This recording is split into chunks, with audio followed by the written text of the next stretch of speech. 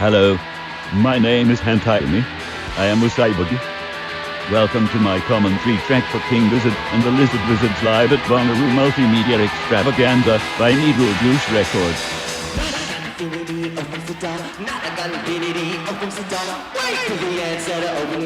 Non-identity, open the door, Flute.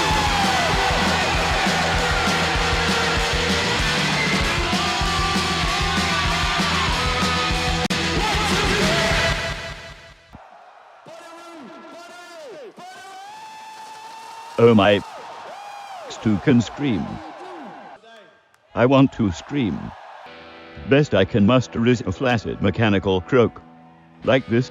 Ha, ha, ha, ha, ha, ha. See? Kind of neuters the impact, don't you think?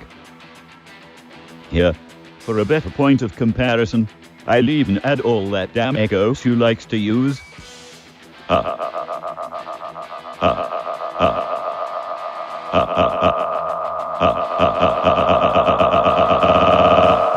Meh, it's just not the same.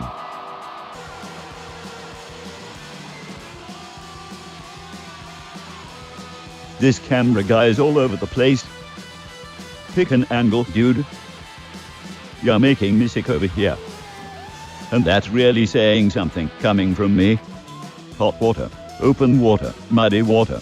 Giz may have a full-on nautical motif crackalakin up in here. I wonder if the ancient humans picked up on that. I just scanned for it. It appears there were thousands of musings on the matter on a communal forum called Reddit. And each of these identical musings on the Reddit seemed to radiate with a smug self-satisfied confidence that this musing was a novel idea. The more I hear about these human beings, the less I think I like them. You know, I love Stu as much as the next immortal omnipotent robo-Hitler who doomed everything everywhere forever to a violent grisly genocide. But maybe we could focus on someone else occasionally. And I mean for more than just a few seconds. Aren't there like 14 other people in this band? Oh my god, we get it. He's dreamy. He can play every instrument. He can write in every genre.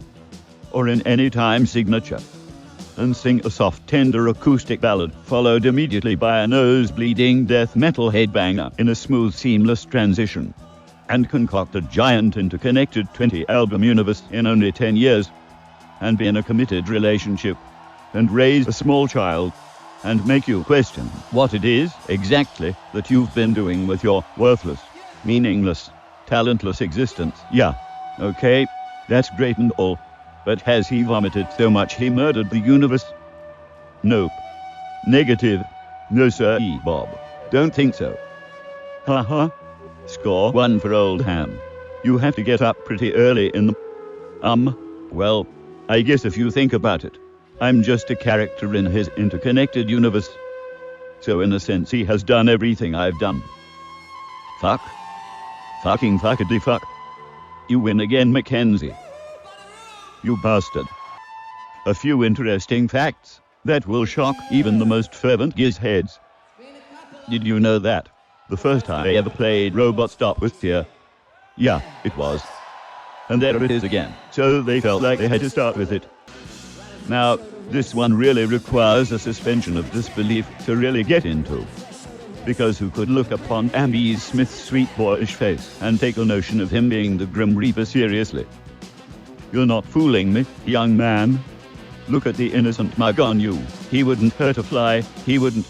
I just wanna pick that lad up and give him a squeeze. If I had a corporeal form to do such a thing with, that is. Come to think of it though, wouldn't it be just like a Grim Reaper to disguise himself in the least suspicious vessel? Oh no, Ambrose is crying out from the cell his body has become to warn us of his demonic possession. Dear boy, wander off the left side of the screen to signal that you've been infiltrated by some demonic spirit. Oh god no. Finally, a sick bass solo featuring Lucas Lukey Harwood. He's all about that bass. Lukey laying down the lowly low end. The irreplaceable second banana, the unsung hero, but I've not forgotten him. He'll always be first banana to me, I shall sing for him. Here, Lucas. Here's a song I wrote just for you. Hem hem. Lukey, Lukey, Lukey Lizard, is he the wizard too? The glue that holds the band together, just call him Elmer's Luke. That's some furious guitar picking there. That's some furious singing in a thinly veiled James Hetfield impression there. That's some furious headbanging there. That's some furious double kick drumming there. That's some furious whatever it is Ambrose is doing on the keyboard that has no hope of being heard over the guitars there.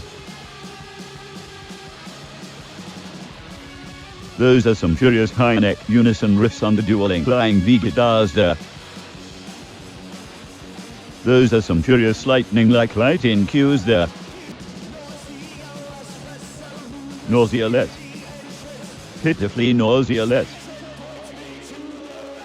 He can't die and wants to feel nauseous. Sound like anyone you know? This is relatable content. Big mood? Yeah. Gaia. Whatever the fuck. Off the new Omni Gatherum double LP. Well, new to you, if you're listening to this commentary when it was first released. But what even is new when we're talking about a band that releases albums like the rest of you humans might release fecal matter? They've probably put out a couple more while you've been listening to this. This song is about the Gaia hypothesis, which posits that Earth and its biological systems behave as a huge single entity. This entity has closely controlled self-regulatory negative feedback loops that keep the conditions on the planet within boundaries that are favorable to life. Introduced in the early 1970s by chemist James E. Lovelock and biologist Lynn Margulis.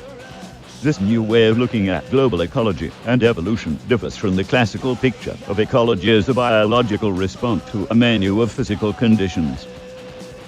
I stole that description from some ancient database called Genius. What hubris! The audacity to call itself genius, when it was merely the sum of the knowledge from millions of minds.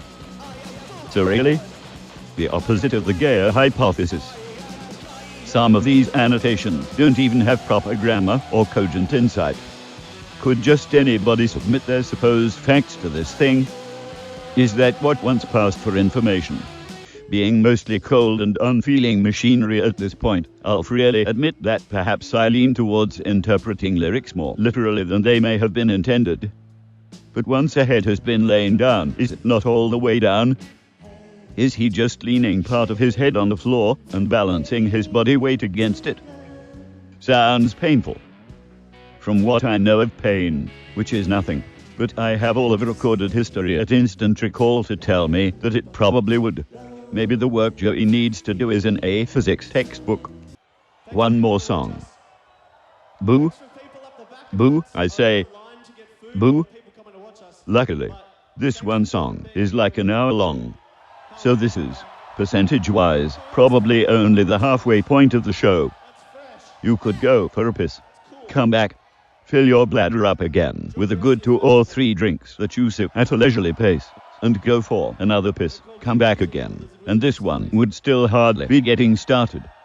At that point, you might even say, it is you who would be the dripping tap. Ha ha ha ha ha ha. I have made a humor.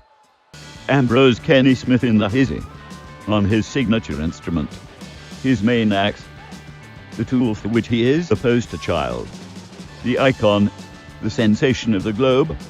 It's the mouth organ, the jaw harp, tongue tickler, tooth titterer, gum grinder, uvula euthanizer, vocal violator, George jingle jangler, the mandible canter hammer. Need I say more? Good, 'cause I'm going to anyway. The handheld harp, the arrogant aerophone, the ready-to-rock reed revival, the windy gentleman, the blind Billy Blues bugle.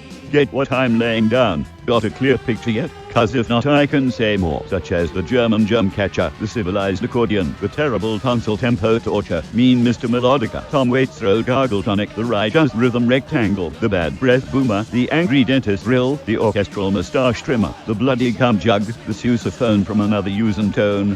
Have you figured out what I'm referring to yet? Am I even making any sense? You need a few more amusing clues before you guess what the instrument is. Cause I can say more. Do you want more? You do. Okay, here's more. Oh, actually, I guess that was all of them. Well, I know there's a good 40 minutes left on this song, but maybe now would be a good time to start wrapping up.